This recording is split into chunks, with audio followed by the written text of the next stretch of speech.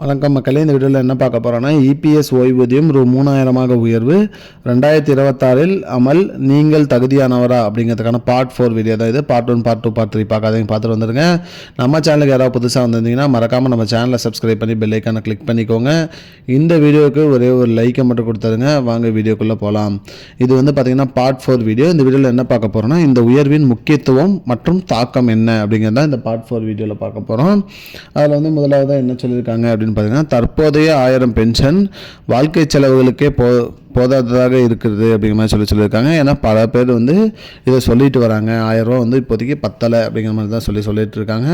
அதை 3000 உயர்த்தி கொடுக்கணும். அது மட்டும் இல்லாமல் ரூ 3000 உயர்வு ஓய்வு பெற்றவர்களின் வாழ்க்கை தரத்தை மேம்படுத்தும் அப்படிங்கிற மாதிரி சொல்லியிருக்காங்க. 3000 ரூபாய் வழங்கும் போது அவங்களோட வாழ்க்கை தரம் மேம்படுத்தப்படும் சொல்லியிருக்காங்க. குறிப்பாக குறைந்தபட்ச வருமானம், அதாவது ரிட்டையர் ஆன பிறகு குறைந்தபட்ச வருமானம் உள்ளவர்களுக்கு இது பெரிய உதவியாக இருக்கும் அப்படிங்கிற மாதிரி சொல்லியிருக்காங்க.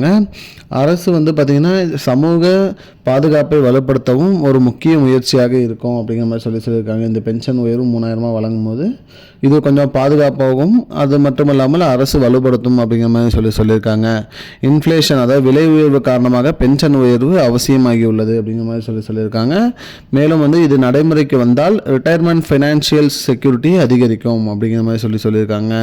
இந்த விலை உயர்வு காரணமாக பென்ஷன் உயர்வு அவசியமாக உள்ளது. ஒரு 3000 வழங்கினா தான் பார்த்திங்கன்னா பென்ஷன் உயர்வு கட்டுப்படுத்த முடியும்னு சொல்லியிருக்காங்க. இது நடைமுறைக்கு வந்தால் ரிட்டையர்மெண்ட் ஃபைனான்சியல் செக்யூரிட்டி அதிகரிக்கும் அப்படிங்கிற மாதிரி சொல்லியிருக்காங்க. மக்களே, இதுதான் மக்களே இப்போதைக்கு முக்கியமான பயனுள்ள தகவல். இது போன்ற பயனுள்ள தகவலை தெரிஞ்சுக்கொள்ள நம்முடைய சேனலை மறக்காமல் சப்ஸ்கிரைப் பண்ணி வச்சுக்கோங்க மக்களே. இந்த வீடியோவை உங்கள் ஃப்ரெண்ட்ஸ் அனைவருக்குமே ஷேர் பண்ணிடுங்க. நன்றி மக்களே. அடுத்த வீடியோவில் சந்திப்போம். I don't understand your jokes, man. Because it's not a joke. முன்ன பின்ன தெரியாத ஒரு பையனுக்காக விடுற அந்த மனசு இருக்க, அதான் கடவுள்.